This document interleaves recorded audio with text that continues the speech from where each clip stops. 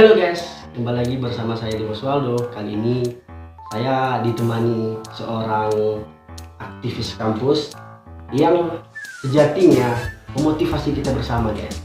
Sekaligus seorang founder forum Kita Peduli, yakninya Bang Panji Anugrah. Yang mana beliau adalah seorang karakter aktivis kampus. Oke guys, sedikit memperkenalkan, kali ini kita akan mempodcast ya. Bang Panji Anugrah ini tentang organisasi. Ya, kita sudah bersama dengan Bang Panji Anugrah sekarang. Ya, kali ini saya udah ditemani oleh founder Kita Peduli, yaitu Bang Panji Anugrah. Sebelumnya kita bertanya-tanya, ya gimana Bang kabarnya semenjak Covid ini Bang? Alhamdulillah sehat, insyaallah. Rivo gimana, sehat? Alhamdulillah sehat. Nggak pulang kampung Bang? Belum lagi, karena ada kegiatan di Oh sini. gitu. Kerjaan aman? Insyaallah sampai sekarang saya aman. Alhamdulillah. Ya, kita namanya anak muda harus berkarya yang bekerja. Berkarya, bekerja, belajar, gitu, berpikir, berbuat.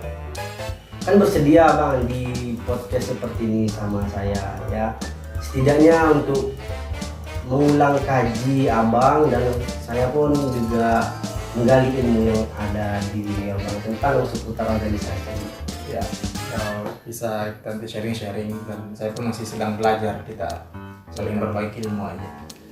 dan didengar-dengar saya juga mencari tahu tentang Abang juga mendirikan organisasi tentang kemaslahatan umat, yaitu Forkit. Ya, forum kita dulu. Forum Kita Peduli itu adalah organisasi yang pertama kali yang membuat, atau ada organisasi yang lain setelah ini atau sebelum itu yang membuat? Kalau organisasi independen ini yang pertama, tapi ada organisasi yang berbentuk semacam apa ya, komunitas gitu ada, tapi yang konsen apalagi khusus ke sosial atau non profit ya baru forum Kita Peduli. Berarti seperti itu. Dan kriteria yang Abang inginkan untuk pemimpin-pemimpin organisasi itu seperti apa Bang? Kan kini banyak tuh orang yang hanya mengharapkan jabatan lalu tidak, tanpa memikirkan kedepannya perubahan dalam organisasi itu ataupun tujuan mereka, visi misi yang telah disampaikan pas ketika menjabat berbeda dengan kenyataannya. Jadi kalau menurut Abang pribadi selaku orang organisator itu seperti apa pandangannya? Ya, jadi pemimpin itu saya membaginya dalam 4 tahap. Ada orang itu yang dia hobi membaca dan dia adalah seorang akademisi. Ada orang itu yang hobi berdiskusi. Ada orang itu yang hobi membantu masyarakat. Nah, itu yang namanya aktivis. Ada orang yang hobi tadi diskusi, namanya intelektual. Terus ada orang yang hobi menulis. Nah, itu namanya penyair. Dan ada orang yang hobi mengkritisi.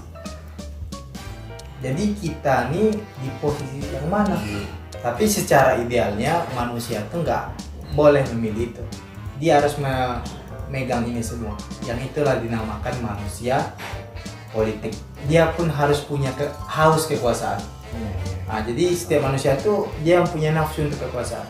Itu makanya agama Al-Quran itu kan khalifatu fil ard gitu, pemimpin di muka bumi. Dan itu ada di nafsu-nafsu kita masing-masing, ada di keinginan kita untuk berkuasa itu ada.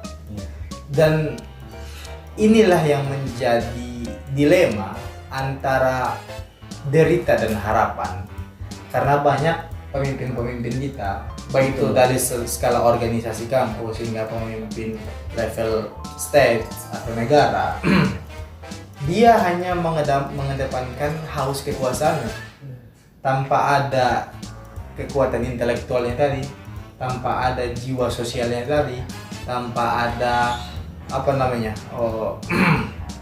kekuatannya untuk bisa mengayomi masyarakat. Yang dampak dari itu adalah mereka itu hanya mengejar kekuasaan, bukan menjalankan kepemimpinan itu. Iya, tidak. Jadi banyak orang nih mati-matian dia, saya pokoknya mau jadi ketua umum katanya. Iya. Mati-matian. Bahkan ada yang ngasih uang, ada yang apa, yang mengajak kawan, ada yang mau berantem, mati-matian pokoknya. Money politik juga. Pokoknya saya harus jadi ketua katanya. Betul. Tapi sampai di ketua dia santai aja. Ini logika terbalik. Sebenarnya di ketua itu dia baru mati-matian. Mati-matian memperjuangkan keadilan, mati-matian mensejahterakan rakyatnya atau masyarakatnya atau anggotanya, mati-matian untuk menjadi penyejuk di tengah konflik yang ada di anggotanya itu di masyarakat.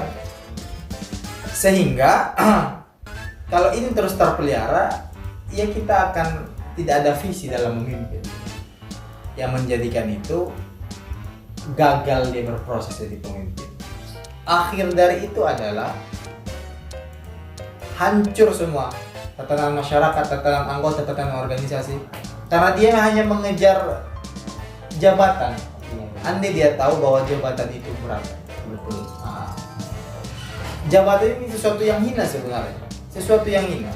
Itu makanya kalau dalam Al-Quran surah Al-Ahzab ayat 72 tuh, inna aradnal amanata 'alas samawati wal ardi wal jibali fa'abaina ayyahmilnaha wa ashfaqna minha. Jadi sesungguhnya amanah itu telah diberikan Allah kepada langit, kepada gunung, kepada bumi, tapi nggak ada satu yang mampu memikul karena berat. Itu luar biasa kan, besar bumi, tapi amanah ini dipimpinlah, dipanggullah, diambillah oleh manusia yang nyata-nyatanya zaluman jahula, zalim dan bodoh. Dan itulah sering terjadi pertumpahan darah. Dan ini konsep ini nggak tahu mereka bahwa amanah itu bukan sesuatu yang dimakan, sesuatu yang harus dipertanggungjawabkan, sesuatu yang akan lama hisab kita di akhirat itu ya pemimpin itu. Contohnya ada anggota kita 10 dalam segi komunitas kecil lah. Yang 10 ini menuntut nanti menzolimi, dia nggak ada berbuat adil, dia selalu ini habis lah nanti. Gara-gara itu dia yang awalnya mungkin banyak amal jadi hancur kan. Oke lah bang, seperti itu kalau tidak paham kan. Jadi pemimpin itu memiliki 4 karakter menurut pandangan. Nah, terus pemimpin yang ideal tersebut lebih mengepentingkan rakyat-rakyatnya atau tujuannya, atau lebih mementingkan sebuah jati diri sesungguhnya bang. Contohnya di dalam diri mereka tersebut berbeda sekali dengan yang jadi tuntutan. Contohnya orang yang pemimpin ini berambisi untuk menaikkan ini, sedangkan tuntutan dari teman-teman lebih memprioritaskan yang satu ini gitu. Jadi gimana mentalitas seorang pemimpin yang dituntut seperti Jadi di sini namanya ada kepemimpinan yang lemah, ada kepemimpinan yang kuat. ya, Jadi dalam teori kepemimpinan itu yang kita bawa itu, yang kita kejar itu, yang kita pegang itu adalah kebenaran yang sejati dan kebaikan. Jadi nggak melulu kita sebenarnya harus mengikuti apa kata anggota atau apa kata masyarakat. Karena apa kata anggota itu belum tentu benar, dan semua anggota itu belum tentu benar. Jadi sebenarnya kita merujuk di sebuah kebenaran yang sejati itu dan sebuah kebaikan. Tapi apakah masyarakat itu merujuk ke sana? Iya, kita harus mengikuti dia. Apakah kita merujuk ke sana, mereka enggak? Ya kita harus mengikuti jalan sendiri. Seorang pemimpin ini dia harus jalan sendiri. Karena gagalnya seorang pemimpin ini ada 2 poin penting misalnya. Yang pertama, dia tidak mendengar satupun masukan anggotanya. Dia akan gagal. Dan satu lagi, dia terlalu mendengarkan masukan anggotanya. Akan gagal juga. Karena dia nggak ada pendirian, didengarnya semua, kata si A ditampung semua, nggak pendirian. Jadi akan hancur juga. Bukan aspiratif namanya mendengar semua, berarti dia nggak ada pendirian. Jadi dia tuh makanya patokan ujungnya itu kebenaran sejati. Kalau dalam agama itu itulah yang namanya hukum-hukum syariat itu. Berarti harus ada komitmen di dalam suatu kelompok itu Iya. untuk melaksanakan yang mana dahulukan, Iya. yang mana diakhirkan. Tapi ujungnya itu walaupun kita berkomitmen, pasti dalam proses waktu itu akan ada konflik interest atau konflik kepentingan. Jadi oleh karena itu kita harus merujuk kepada yang tadi itu. Apa tujuan kita? Apa visi kita? Iya. Kalau visi kita memang ini, itu contohnya ya. Visi kita udah sama-sama kita komitmen mau pergi ke pasar, ya. Mau pergi ke pasar nih terserah lah. Datang masyarakat saya naik ke pasar bagusnya naik sepeda. Datang pemimpin saya naik mobil. Itu kan di bagian teknis. Iya. Kalau memang sama-sama tujuannya itu nggak masalah. Yang penting ya beda metode lah kan akan jalan. Tapi ketika memang tujuan pemimpin sama tujuan masyarakat itu berbeda, atau masyarakat itu yang tujuannya ingin menghancurkan pemimpin, atau pemimpin ingin memperkaya dirinya atau ingin mengambil popularitas saja, akan hancur kalau nggak ada sama-sama kepentingan. Itu namanya nanti ada dalam teori kepemimpinan itu conflict of interest. Mungkin udah terlalu panjang lebar kita Iya. bicara Bang, dan akhirnya mendapatkan sebuah kesulitan hati di dalam pribadi Masya dan Allah. bagi teman-teman nantinya yang melihat seperti Iya. itu. Jadi mungkin hanya sekian lah yang dapat kita bincang-bincangkan kali ini. Mana tahu ada kedepannya kita ada waktu berbincang lagi lebih lama lagi. Siap, insya Allah. Ya Bang, terima kasih kepada Haji.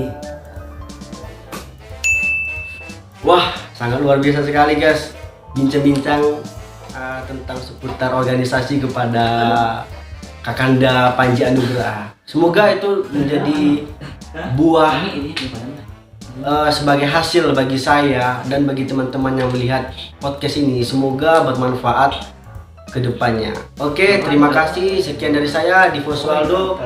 Sampai jumpa. Assalamualaikum warahmatullahi wabarakatuh.